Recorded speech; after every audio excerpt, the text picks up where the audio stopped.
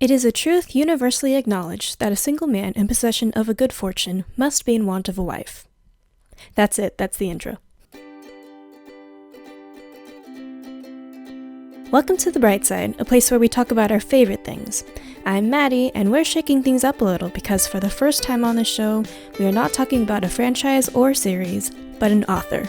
Today, we are talking about the works of Jane Austen. As always, I will be getting into some spoilers for all of Jane Austen's books so I can fully express my love for them. You have been warned.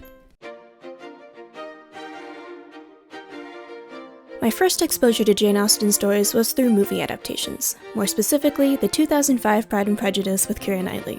I was still in elementary school and I had never seen anything else quite like it. Even though I didn't completely understand everything that was happening, something about the strange dances and the old-fashioned dialogue just spoke to me. Maybe because I was also starting to get into Shakespeare at the time. From there, I started watching other Austen adaptations like Emma and Mansfield Park, and I even saw Becoming Jane in theaters. In high school, I finally read Pride and Prejudice, and it was well worth the wait. Then, in college, I took a class where I got to read all of Austen's canon. It was definitely some of the best homework I've ever had.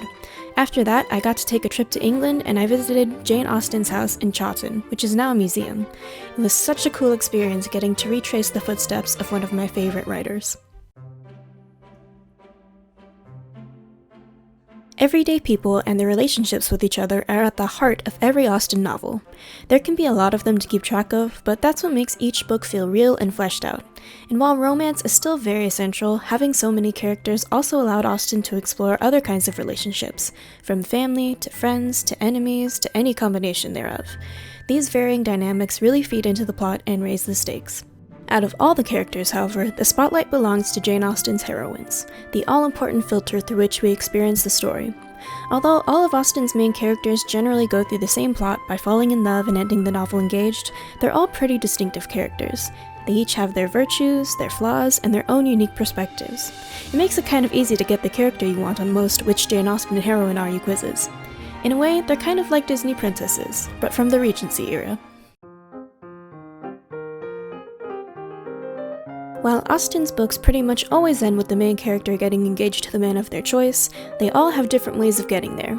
Every novel has plenty of ups and downs, a healthy dose of irony and wit, and usually an interesting plot twist, like Lydia running away with Mr. Wickham, or Frank Churchill secretly being engaged to Jane Fairfax, or Willoughby having a child out of wedlock. On top of that, there's usually more than one love story going on at once, not to mention any drama between friends and family. And Austen masterfully weaves all of them together into one cohesive story. Furthermore, Austen's novels stand the test of time because she wrote about love in a way that was both realistic and romantic. In her stories, marriage isn't just about two people falling in love. It's also about their respective families, social circles, economic situations, and more. At the same time, an ideal match is still one founded on love, and every Austen heroine goes through an emotional roller coaster on her way to finding a husband. Plus, she absolutely nailed love confession scenes. Just read Captain Wentworth's love letter from Persuasion. All of Jane Austen's novels were published over 200 years ago, but they continue to reach new audiences, often through the many different adaptations of her work. There are movies, miniseries, web series, graphic novels, and even other books retelling these stories in their own way. Some of them are straightforward period pieces, some are modern retellings, and some are creative reimaginings. By the way, I'm still waiting on a Lizzie Bennet Diary-style web series of Persuasion, preferably set within that universe. There's even stories about people who love Jane Austen, like Austenland and Lost in Austen. It's a fun way to get to know her stories, and no matter how many adaptations there are, it's always interesting to see new ones coming out. The fact that so much of her work still resonates with modern-day audiences really speaks to just how great of a writer she was. As a writer, Jane Austen has been an inspiration to me for much of my life. Her stories are the perfect blend of comedy, drama, and romance, all taking place in a fairly realistic everyday setting. Even if they all end in relatively the same way, it's comforting to experience a world where everything always works out for the best in the end.